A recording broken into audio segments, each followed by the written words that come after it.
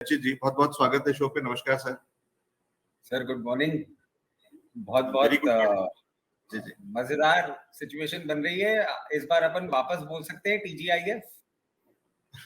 Sir TGIF तो बोल ही सकते, और अब उम्मीद करते हैं कि इस बार TGIF मेरा हो जाए। पूरा एक हफ्ता जिस तरीके से निकला है खा करके एंटीबायोटिक्स, लेकिन उम्मीद करते हैं कि इस बार वीकेंड जैसा हो जाएगा, तो क्योंकि अब पूरा कोर्स कंप्लीट हो चुका है और मैंने जैसे तैसे करके पूरा शो निकाल दिया पूरा हफ्ते। बिल्कुल, मतलब मैं पूछना भी चाहूंगा अब आपकी तबीयत कैसी है, मतलब because I don't know how many of our viewers know about this कि आपकी लास्ट वीक से तबीयत खराब चल रही है। एंड मुझे जब ये पता लगा था तो मुझे लगा था कि पता नहीं शो का कैसे होगा, but every day I was seeing आपकी शक्ल पे जरूर दिख रहा था कि आपकी तबीयत खराब है, मगर you were there as a fighter, you have always been there. But अब आपकी तबीयत कैसी है और क्या आगे है? सर अब आपसे बातचीत हो गई, तबीयत ठीक है, दर्शकों से बातचीत हो जाती है, बेहतर हो जाता है, एक एनर्जी मिल जाती है। बाकी तो राज कपूर साहब कह गए शो मस्ट गो ऑन, तो हम लोग भी सब लगे हुए लाइन में कि शो मस्ट गो ऑन, और उसके अलावा जानते रहे। कोई नहीं, सब ठीक है सर, कंट्रोल में है, नियंत्रण में। जब तक है नियंत्रण में तब तक ठीक है। बताइए सर, रचित सर, आज हमारे दर्शकों के लिए क्या खास लेकर के आए? सर आज खास के अलावा देखिए एक चीज और है, बहुत मजे की बात जो मैं हमेशा बताता हूँ, आज भी एक बात मैं बताता हूँ। क्या होता है सर, जब मार्केट बहुत ज्यादा वॉलेटाइल हो जाता है तो आपने उसमें एक चीज नोटिस करी होगी कि क्या होता है कि जो फंडामेंटल एनालिस्ट होते हैं वो टेक्निकल्स पे देखने लग जाते हैं, और जो टेक्निकल एनालिस्ट होते हैं वो फंडामेंटल की बात करने लग जाते हैं। उसी बात को आगे रखते हुए जो अपने पिछले फ्राइडे को बात हुई थी कि मार्केट्स अच्छे हैं, सब कुछ है, मैं एक छोटा सा क्यू जरूर देना चाहूंगा कि मार्केट्स अब एक रेंज चेंज कर चुके हैं। अब एक हम देखें मार्केट्स एक ब्रॉड रेंज में आ गए हैं। टिल द टाइम 15,150 नहीं ब्रीच करता है, हमें बेरिश व्यू नहीं कुछ लेने की जरूरत है कि नया लो मारेगा या ऐसा कुछ होगा। और 15,850 अगर ब्रीच करता है तो हम ऊपर के लेवल्स की ओर वापस अग्रसर होने लग जाएंगे। तो ये तो हो गई एक ब्रॉड बेस रेंज की बात। मार्केट में बीइंग अ फंडामेंटल एनालिस्ट हम भी टेक्निकल देखने लग जाते हैं, जब मार्केट बहुत उछल कूद मचा रहा होता है हमको भी डर लगता है। तो ये हो गई सर मार्केट की बात। अब स्टॉक्स की अगर हम बात करें तो आज मैं एक लेकर आया हूं सर, अपने आप में अकेला स्टॉक है ये बिजनेस में, और इसका सर बिजनेस कंसेप्ट बड़ा मजेदार है। इसके बिजनेस कंसेप्ट के बारे में मैं आपको थोड़ा बताना चाहूंगा। सर इसका जो क्लाइंट बेस है वो क्लाइंट बेस अपने आप में बहुत बड़ी बड़ी कंपनीज हैं, और स्टॉक का नाम मैं आपको पहले बताता हूं ताकि अपन दिखा सकें इसको। IEX की बात कर रहा हूं सर मैं, जी इंडियन एनर्जी एक्सचेंज। सर ये अपने आप में एक बहुत अमेजिंग एक्सचेंज है, और इसके अगर हम क्लाइंट बेस की बात करें सर तो इसमें अगर बायर साइड देखें कि इससे यूजुअली बाइंग कौन करते हैं सर, डिस्कॉम करती है, लार्ज रिटेल कंज्यूमर चंक जो होता है वो करता है, इंडस्ट्रियल यूनिट करता है।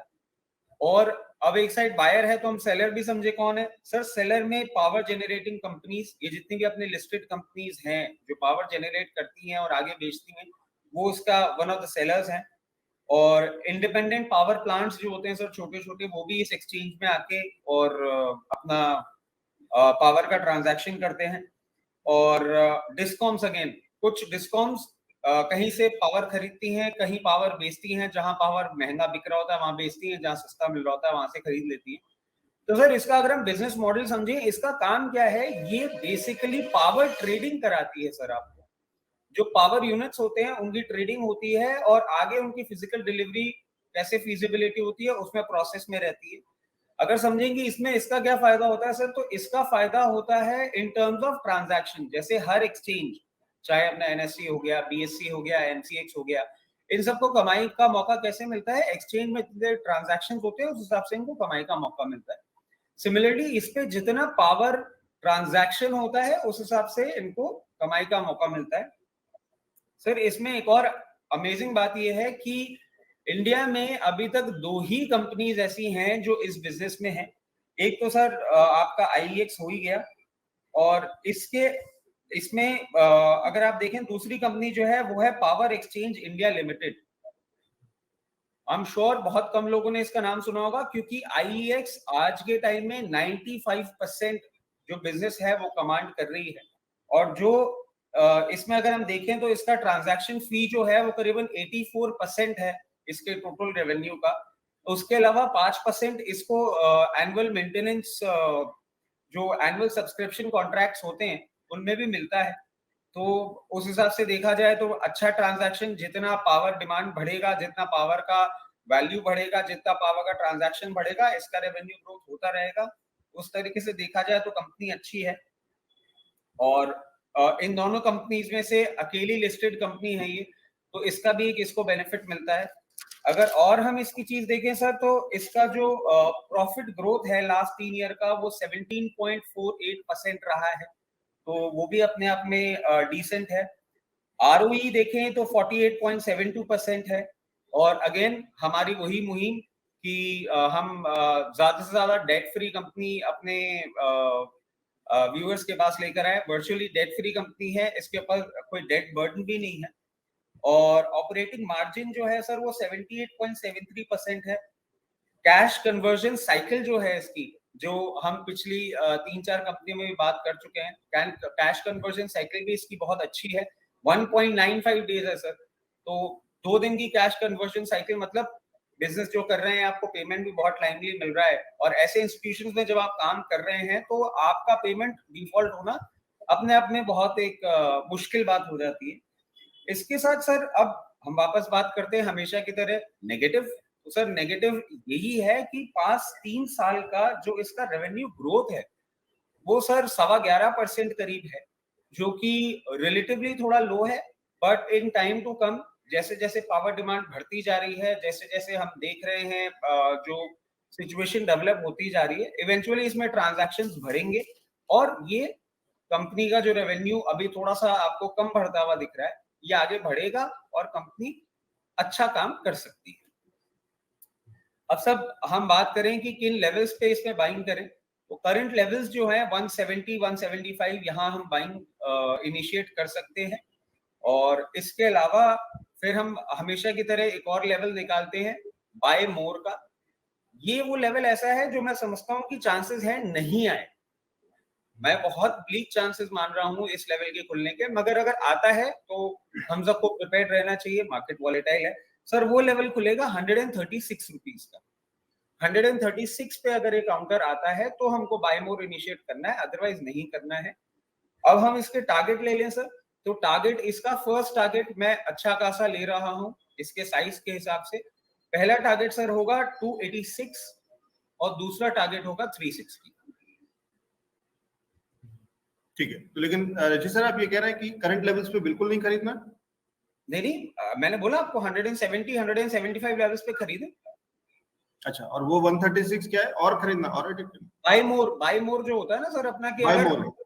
हाँ, अच्छा ठीक है, एक्यूमुलेट करने के लिए और ऐड करने के लिए वो और अच्छा लेवल। तो अगर कोई और डिप आती है, क्योंकि बाजार का सेंटिमेंट अभी बहुत, कोई ट्रेंड बहुत अच्छा नहीं है या उस तरीके का ट्रेंड नहीं है अपसाइड, तो इसलिए लोग कह रहे हैं रचित जी कि अगर अगर कमजोरी आती है, अगर कोई डिप आती है तो वो भी एक लेवल होगा। तो यहाँ से लेकर के, या मैं समझू कि एक ये रेंज है, लेकिन यहाँ पे हमने एक बार बल्क में खरीदारी करी है या जो भी खरीदारी करी है, और अगर और नीचे 136 के आसपास कह रहे हैं ना सर, बाय मोर 136। बिल्कुल ठीक है, तो 136 के आसपास अगर 136 के आसपास फिर से मिलता है तो और ऐड करेंगे और एक्यूमुलेट करेंगे। ये बढ़िया stock IEX, Indian energy exchange, ये जो बिजली डिस्कॉम्स, यानी कि वो जो सप्लायर्स जो कि आपके घर तक बिजली पहुंचाते हैं, वो डिस्कॉम्स होते हैं, वो पावर जनरेट नहीं कर रहे होते हैं, वो केवल उनका काम है ट्रांसमिशन, यानी आपके एरिया में आपके घर तक, मीटर तक बिजली पहुंचाना, और उस मीटर में जो बिल बने उसको, उस पैसे को रिकवर करना और उस पैसे को ले जा करके वो वापस वहां बेचते हैं। वो डिस्कॉम्स होते हैं, और उन डिस्कॉम्स को जो पावर मिलता है वो पीछे जो पावर जनरेशन अलग अलग कंपनी से खरीदते हैं, उसके बीच का एक काम ये करती है IEX, इंडियन एनर्जी एक्सचेंज। ठीक कह रहा हूँ सर? राइट, बिल्कुल सही है सर। ठीक है, तो वो लोग अलग अलग तरीके से, और बहुत सारे तरीके के आजकल पावर जनरेशन है, तो कोई सोलर से बना रहा है, कोई कुछ बना रहा है, सरकार के कुछ कुछ नियम है, वो सारी चीजें, लेकिन उन सबको मिक्स करके और उसमें से कहाँ किसको कौन सा एक तरीके की बोली लगती है, अलग अलग स्टेट्स और अलग अलग डिस्कॉम्स खरीदते हैं अपने हिसाब से, अपनी रिक्वायरमेंट के हिसाब से। तो वो पावर कंजम्पशन किसी से छिपा नहीं है कि कितनी जरूरत है इस देश में बढ़ता हुआ देश, इकोनॉमी बढ़ती हुई और बहुत सारा काम चल रहा है, तो बिजली की खपत बहुत, और बिजली खपत है तो इनका वॉल्यूम ऑब्वियसली, इनका काम बढ़ता हुआ लंबे समय में बढ़िया मुनाफा मिल सकता है। इंडियन एनर्जी एक्सचेंज IEX में खरीदारी करके चल सकते हैं। पोर्टफोलियो स्टॉक है। रचित खंडेलवाल जी की राय। ठीक है सर, बढ़िया। ये एक हुआ। जी जी सॉरी, मैं एक चीज इसमें आपको ऐड करना भूल गया था। आई वाज रिविजिटिंग की what were the reasons that I had written down. Sir, तो इसमें एक और इंटरेस्टिंग बात है, they have also come up with a gas exchange, और गैस एक्सचेंज भी एक ये अपना लेकर आ गए हैं। उसमें भी इनके ट्रांजैक्शंस बढ़ रहे हैं, और जैसे आप देख रहे हैं कि अब पेट्रोलियम में और गैसेस में प्राइवेट प्लेयर्स भी आ गए हैं पार्टिसिपेट करने के लिए। तो सर, गैस एक्सचेंज भी इनका एक प्लेटफॉर्म तैयार हो गया है जिसमें ट्रांजैक्शन चालू हो गया है। वो भी अपने अपने एक वन ऑफ ही होगा अभी इंडस्ट्री में, और उसका बेनिफिट भी इसको मिलेगा।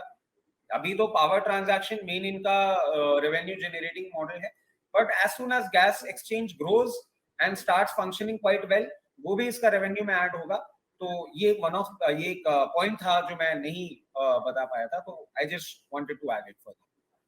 ठीक है, तो ये एक और कारण जो कि और ज्यादा कॉन्फिडेंस देता है कि क्यों IEX में, क्योंकि और चीजें वो समय के साथ में आगे चल रहा है। तो जहां एक और एनर्जी एक्सचेंज में बिजली की बात हो रही है, वहीं साथ ही साथ गैस एक्सचेंज को भी उसमें इंक्लूड कर रहे हैं, और वो भी इंटरेस्टिंग होगा क्योंकि उसके चलते इंडस्ट्रियल गैसेस हैं, LPG, CNG और PNG जो कि आजकल घरों में भी वाला, वो सब कुछ को भी कहीं ना कहीं इसमें इनकॉर्पोरेट करने की शायद कोशिश होगी।